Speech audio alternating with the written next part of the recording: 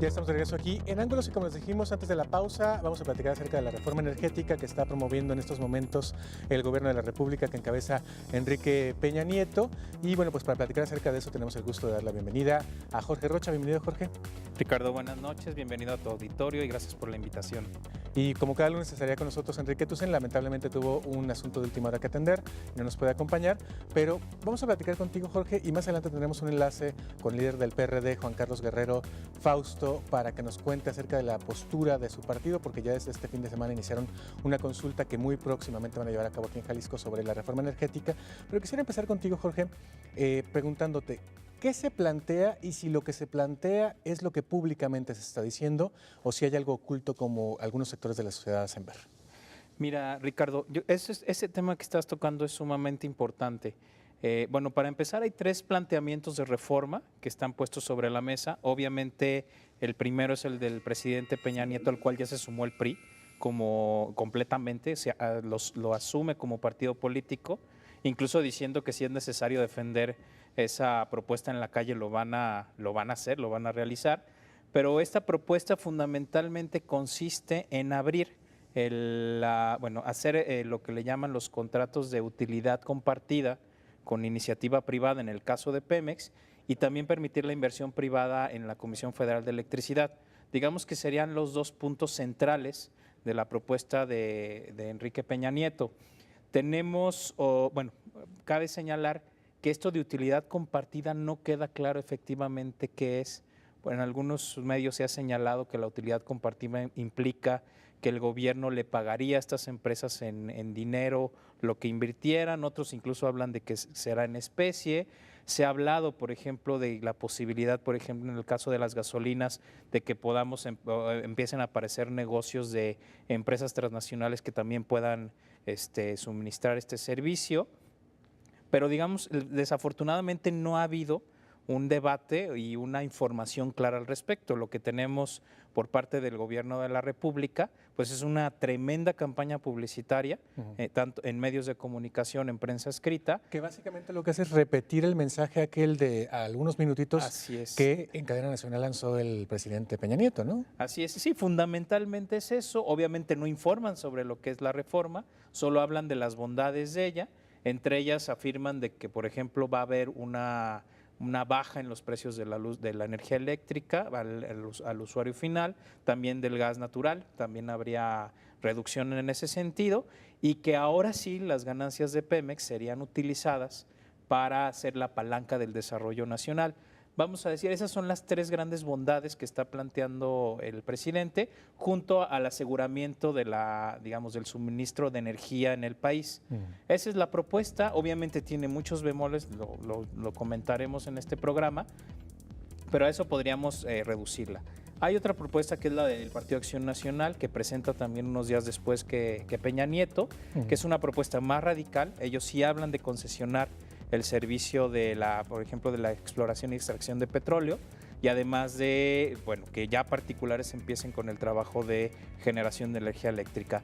Incluso el PAN señaló que la iniciativa del presidente era tibia, que era una medio melcocha ahí, que no terminaba de realmente entrar en un campo de libre mercado el tema de los energéticos.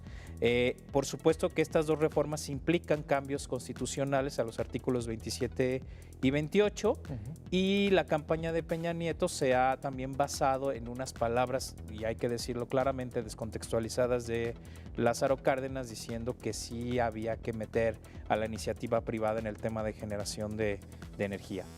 Tenemos también la propuesta del PRD, que además, digamos que políticamente resucita a Cuauhtémoc Cárdenas, cosa que yo creo que muchos no anticipábamos en el escenario político. O sea, el PRI es capaz de hacer ese tipo de milagros, ¿no? Sí, la resurrección luego de repente uno dice, volvimos al 88, ¿no? Liberan a Raúl Salinas y ahora Cuauhtémoc Cárdenas vuelve a ser vitoreado en el PRD. Dices, bueno, ya tenemos ahí un déjà vu histórico, claro, ¿no? Un viaje en el tiempo. Un viaje en el tiempo. Pero lo que plantea el PRD fundamentalmente es una acotación de la carga fiscal a Pemex, es lo que están planteando. Obviamente entran en el tema de quitarle fuerza al sindicato de petroleros en el Consejo de Administración, y ellos sí están claramente por decir no hay que hacer modificaciones a la Constitución, ni al artículo 27 y al 28. Perdón, una cosa que me faltaba de la propuesta del PAN era también bajar el número de asientos que tiene el sindicato en el Consejo de Administración de Pemex. También esa parte es importante dentro de la propuesta panista. Que eso no lo está tocando el PRI. No, el PRI de hecho lo que no toca, bueno, las grandes cosas que no toca, para empezar no es una propuesta de reforma energética, porque eso implicaría una estrategia con todos los tipos de energía. Exacto. Y en realidad están concentrados solo en el tema de Pemex y en el tema de la Comisión Federal. No hay una propuesta importante en cuanto a energía solar ni en energía eólica, es decir, solamente se está acotando al tema de Pemex y CFE. La del PAN también era así, la del PRD finalmente también lo hace, pero no estamos hablando de una reforma energética.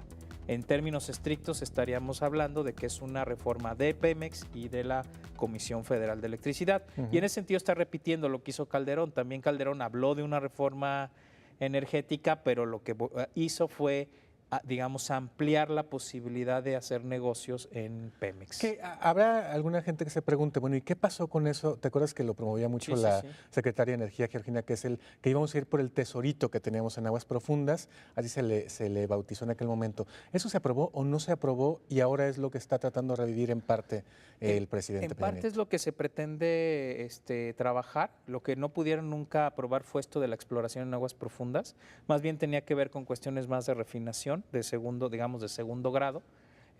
Pero esto de la exploración y la explotación en aguas profundas es algo que no pudo conseguir Calderón. Ahora lo está proponiendo Peña Nieto con estos contratos de utilidad compartida.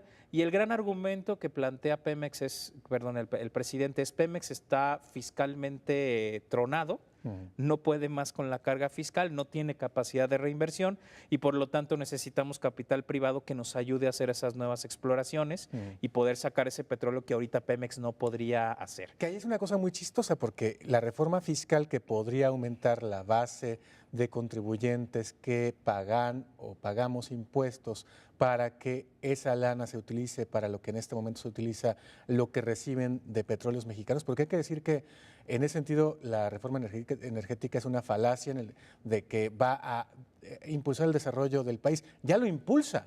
Porque de eso vive el gobierno y de eso muchos de los programas sociales que en este momento tiene el gobierno, pues es de donde sale el dinero del petróleo que se extrae de nuestro subsuelo.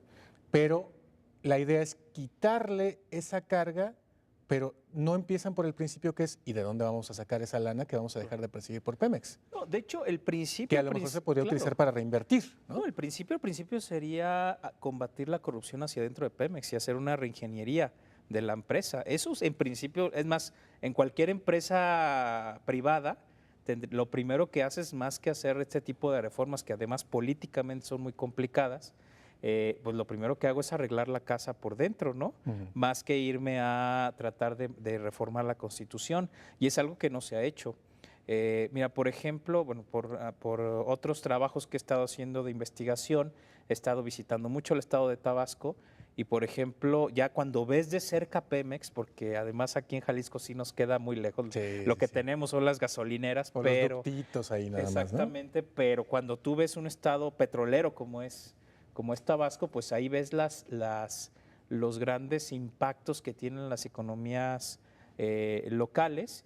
Y te digo, ahí lo que alcanzas a ver es unos derroches en la empresa tremendos, ¿no?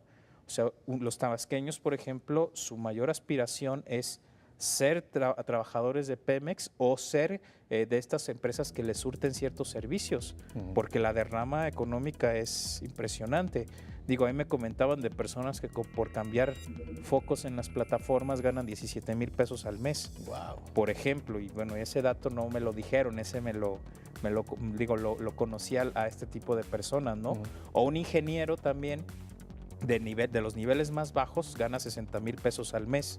Entonces imagínate este tipo de salarios frente a los salarios que tenemos en el resto del país. Y digo, mi apuesta obviamente no es a que ellos se tengan que bajar a los salarios mínimos que tenemos, porque son indignos desde mi punto de vista, Mm. pero sí te está hablando de la necesidad de hacer una reingeniería en la empresa. Y si a eso le sumamos todos los casos de corrupción que hemos estado conociendo a través de la prensa, pues lo primero que tendríamos que hacer es arreglar la casa, incluyendo el tema de bajar la carga fiscal, que estamos hablando de que de cada 10 pesos que ingresan de ganancia a Pemex, 8 se van directo a impuestos, ¿no?